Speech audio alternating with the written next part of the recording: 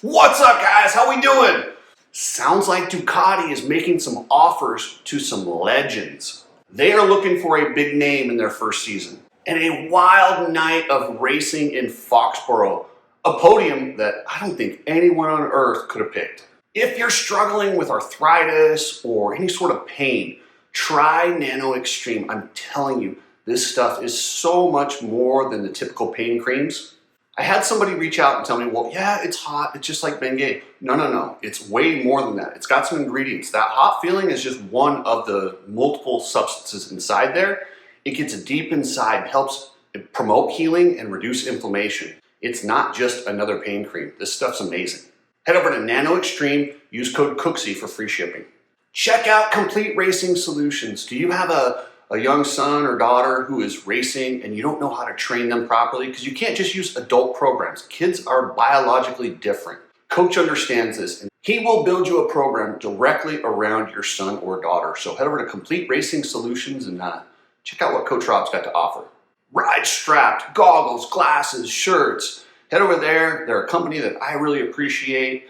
You know, get your industry outsider shirt, support the Cooksy Mob. Check those guys out. They're one of my favorite people to partner with, ridestrap.com. You need people like me so you can point your fucking fingers and say, that's the bad guy. I got word that Ducati is drawing up contract offers for both Ken Roczen and Eli Tomac. This doesn't mean much more than there will be contracts available. Both of these guys have been negotiating with their current teams. Ken Roczen over at Hep Suzuki has asked them for a contract.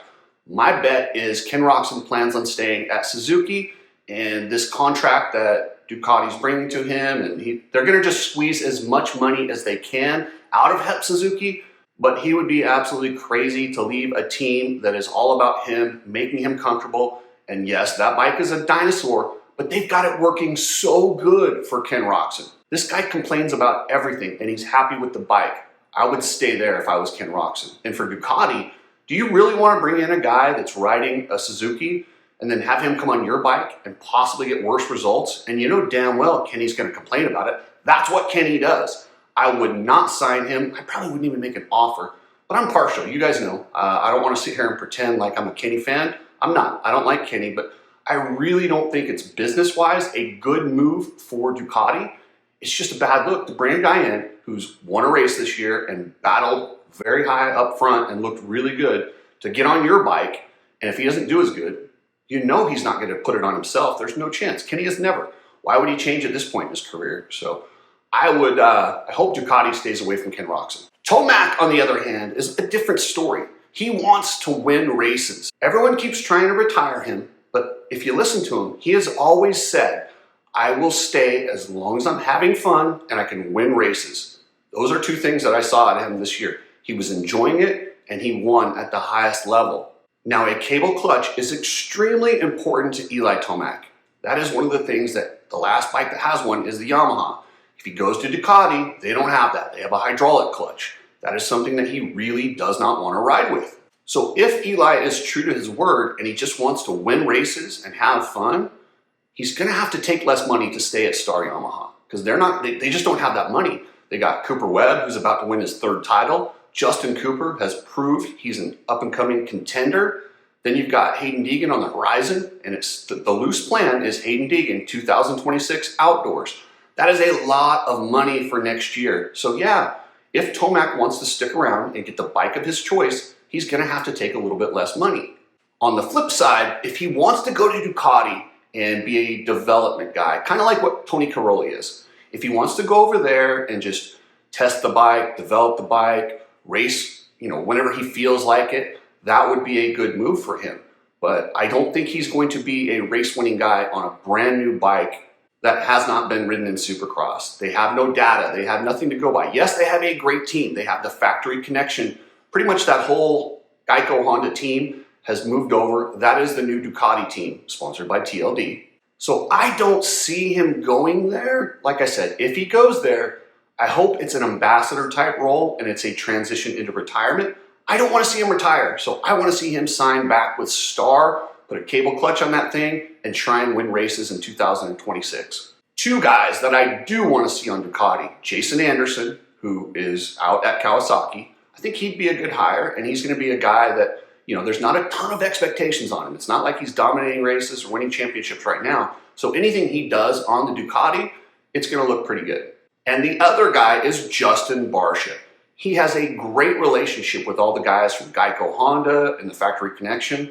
That's where him and Eli both grew up. They started in that program, and they had nothing but good things about that program. The only reason they left is because they went 450. They didn't actually ever get fired.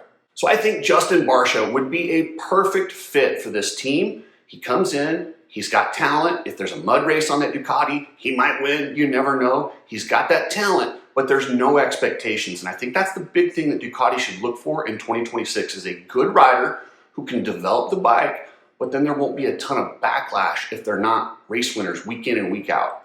My advice to Ducati, take Kenny's contract, shred it. Take Eli's and offer it to him, but I doubt that's going to happen. And then Barcia, that's your guy. So Idaho native Chance Hymas got his very first Supercross win.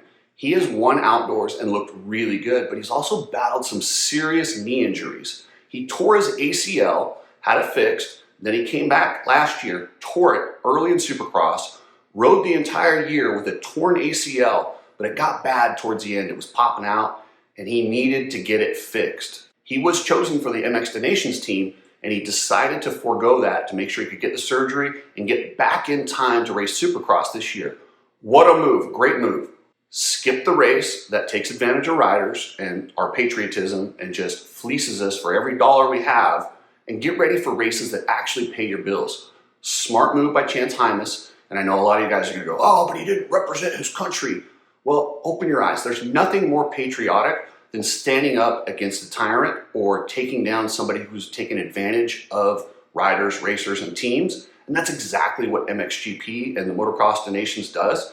It asks these guys to come over on their own dime while these dudes are raking in the dough. Did you see how many people showed up at the donations? They are using our patriotism and monetizing it. So yeah, I'm all for boycotting this race anytime. It would be great. They should boycott it this year. That would really send a message to MXGP. And since it's at Ironman this year, it would send a message to AMA, MX Sports, and Feld. Hey, listen, we aren't going to stand for this. It would only take 3 or 4 guys to back out, and this team is done. And if they're very vocal and they say, we're not doing this unless they start taking care of us, that will definitely serve notice. That will get their attention. And I think that, with this giant TV deal on the horizon, that could be enough to kind of at least start the ball rolling to where they get something. Right now, the pay scale is ludicrous. It's laughable. But good on Chance Hymas for making the decision to get that knee fixed. And now he's still a title contender. He got that win, and he's not too far out of the point lead. There's 4 races, 2 East-West showdowns, and next week's might be an East-West mutter. There's a lot of points up for grabs, and he very well could end up being champion. How crazy would that be? A guy who was almost not ready for the first round with the ACL, getting a championship. Don't count him out yet. If you're shipping anything, use Precision Transport. This is a family-owned business that takes pride in customer service, tracking numbers, and reasonable pricing. Hit up pretransport.com and let the Madden family take care of your shipping needs. AliasMX.com. If you want your ombre gear, you better get it fast. There's not a lot of it. They are coming back big in this industry. The only problem is their stock is low. The sales are more than they expected. They run out of gear fast. So if you want some Alias MX gear, you're going to want to get that order in pretty quick. Head over to AliasMX.com to place your order. And how about Colin Park in that 250 class? Damn. Okay, a lot of you guys probably haven't been paying too much attention to him. I have. This kid, I recognized him at World Supercross. He is extremely talented. The problem is he's like 6'2 or 6'3, and he's not little. He reminds me of a guy early 2000s by the name of Troy Adams. Extremely talented, but he was just a big dude. Troy Adams stood about 6'3", and when he wasn't starving himself, he walked around about 230. But he had so much talent on a dirt bike. Whenever he rode a 250, it was tough. But when he got on the 450, he did pretty good. He had some good results. Colin Park is riding so good on that Phoenix Honda. He's had some moments where he's battled up front, but I just don't think giving 40 or 50 pounds up to these guys like Cole Davies, Hayden Deegan, Tom Vial. He's so much bigger than these guys. I don't see him being able to get on that podium and win races consistently unless there's crazy conditions like mud. I would love to see Colin Park move to the 450 class and try and take a career route, kind of like Weston Pike, Justin Brayton, and these guys that got off the 250 early and just made their way into the 450 class. With his talent and his size, I think he could work his way up into a factory ride on that 450. And I think there's some smaller teams who would love to have a rider of Colin Park's ability. And I think he'd probably make a little bit more money as far as the purse goes, because these privateers, they do need that purse money. Even though it's very small, they still need it. There's more in the 450 than in the 250 class. Gage Linville. Here's another extremely talented rider who, since coming out of the amateur ranks, hasn't really done what he expected. He expected to be a guy battling up inside the top 10 consistently and then working his way into the top 5 and earning himself onto one of these teams. It hasn't gone that way so far. Up until this point, his best main event finish was 11th and his best heat race finish was 6th. So his goal at this mud race was to get inside the top 10. He went over the finish line. He didn't know where he finished. He was like, I'm pretty sure I'm inside the top 10. Rides over to his mechanic and finds out he got 3rd. But what I loved about Gage Linville is his pure excitement doing mud angels. And I always love watching guys when it's their first time on the podium and they don't really know where to go or what to do. You get these guys that are on it every single week and it becomes routine and they're not as thrilled to be on the podium. They're like, they know right where to go, what time to be there. Well, Gage is out there doing mud angels while they're trying to get him. Feld's like, get off the track, we need you to get over the podium. He's like, huh? What do I do? And he's just walking around kind of lost. It was an authentic, fun moment to watch and to see his pure joy and to see a lot of the hard work. These kids have been grinding for years in the amateur ranks with dreams to stand on that podium. And for him to get that chance, that was pretty cool. How about your favorite HVAC technician, Justin Rodbell? He got himself a 4th place. This is a veteran rider who has moved back down to the 250 class. Who knows why? Because he's doing this just for fun, because he has a regular job. But to get a 4th place in this main event, damn, way to go, Rodbell. And they asked him, what's work going to be like? He's like, I hope I get a raise. Justin, you should have said the name of your employer and maybe then you would have got it. If you want a raise, promote your company, my man. And sticking on that theme of guys who are getting results that you wouldn't normally see, Dayton Briggs. I never heard of this guy. He qualified for 2 nationals in 2024, and that's the only 2 pro races on record for him. He didn't do real well, but he qualified in the 450 class. He made the show. He made the 40. For him to go out there, get 3rd in his heat race, you're like, well, good start, no big deal. But then to go out and lead almost half of the main event. They cut the main event from 15 minutes to 8 minutes, and it was about 3 minutes and something when he went down. He was winning a Supercross. Could you imagine a guy winning his first Supercross? And we've seen that from factory teams, but a guy coming off the bench as a privateer, a relative unknown, to win his first Supercross. Oh, I was just crossing my fingers, hoping that happened. That would have been so historic. That would have been a feat that not many people could match. And what's even funnier is I checked, like I said, I don't know much about Dayton, but it looks like he's from Riverside, California. And we all know there's always mud in Riverside, California. Not really. He looks loose out there. He looks good. I want to see him in dry conditions now. Can he get back into that main event? Can he battle and get inside the top 10 in regular conditions? I don't know, but I really am excited to see what he can do. I think he can. His absolute fearlessness to jump out front and go for it, that's rare. That's stepping up when the pressure's on. There's not a lot of people that have that skill. I think Dayton has it. Tom Vial, the French GP champion, who we fully expected to be just fine with bad conditions because they're, GP riders are historically good in the mud and gnarly conditions, mud, cold.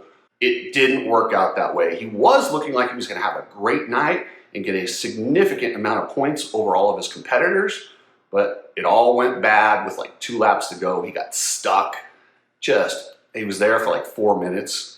Ended up in last place. Seriously, it's hard to get last in conditions like this because there's so many people that go off. Or what's crazy is they were at the 5-minute mark, I think, when he had his accident or his incident, and nobody had pulled off. They were all still going around the track. It says a lot for the durability of these motorcycles because it was asking everything of them. That was some of the stickiest, heaviest mud that I've probably seen at a Supercross. To get that muddy and still be that heavy, that's quite a combination. but he is going to kick himself. If he loses his championship, we can look back right here. This is it. He had a bunch of points on the table, and he handed them all over. I mean, he just gave them up. And then he ghost rode it over the finish line. I was like, huh? Got last place. And he ghost rode it over the finish line? That was weird. And then as he's trying to pull his bike out of the tower, team manager's walking by. I'm like, oh boy, what are you doing, dude? What are you doing? And this championship is right now, there's 6 riders within 18 points of the lead, with Seth Hammaker and Tom Vial tied for the lead. There's 4 East rounds left, and 2 of those are East-West showdowns. And Philly next week, oh, I hope it's not muddy, but we could have a muddy East-West, and with 6 guys within 18 points, any one of these 6 guys could still win this championship. I'm still going to go with my favorite, Seth Hammaker. I think he's going to get it done.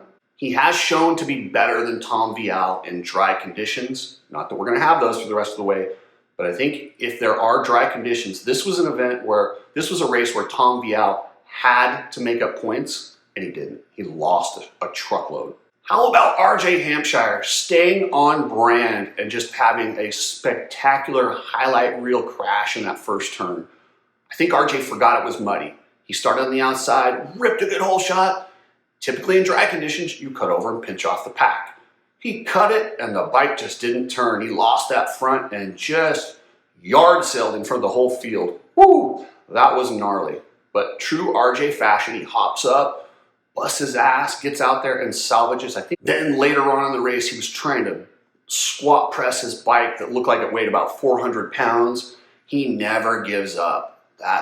Him and Jordan Smith, by far, they need their own cameras. We need to just have, I would pay for an RJ Hampshire cam so I could just watch him the entire race. Same with Jordan Smith, because they're always going to give you 100%, and they're always going to do something spectacular. It never fails. But with all that, RJ's only 2 points out of the lead in this championship. It is wide open. Can he go the next 4 rounds without making another big mistake? I don't know. But I think if you make a mistake in any of these last 4 races, a big mistake like what Vialdish did, there's no more room. I don't think there's enough time to make it back up. So if you see any of these guys have bad moments, like Nate Thrasher almost didn't make the main event, if anyone has a moment like that in this stretch run, I think that their championship hopes are going to go out the window. Because with that many guys that close, you might count on making up points on 1 or 2 of them, but there's too many guys to make that mistake. You have to start making points and making them right now. Thank you, members. I appreciate everything. You guys are the best. Unfortunately, my buddy AJ Writes Crypto, is making me look bad with the giveaways, but I figured I'd share it with you guys. If you want to win a Tesla, go follow AJ. He's giving away a Tesla, but he had to go and one-up me and give away a Tesla. Really, bro? Anyway, I entered to win the Tesla. Hopefully I win it. I don't know if I'm eligible, but I sure hope I am, because I would love a Tesla. Look for a MotoGP show tomorrow, and I think we're due for a current events podcast. Something where I just get to talk about regular stuff like Tesla, Elon. I don't call them politics because it's not politics. I want to talk about current events. The CIA hiding alien stuff from us. I don't know what I'm going to get into, but I might have a good show for you. Maybe Thursday. And then I got a really good interview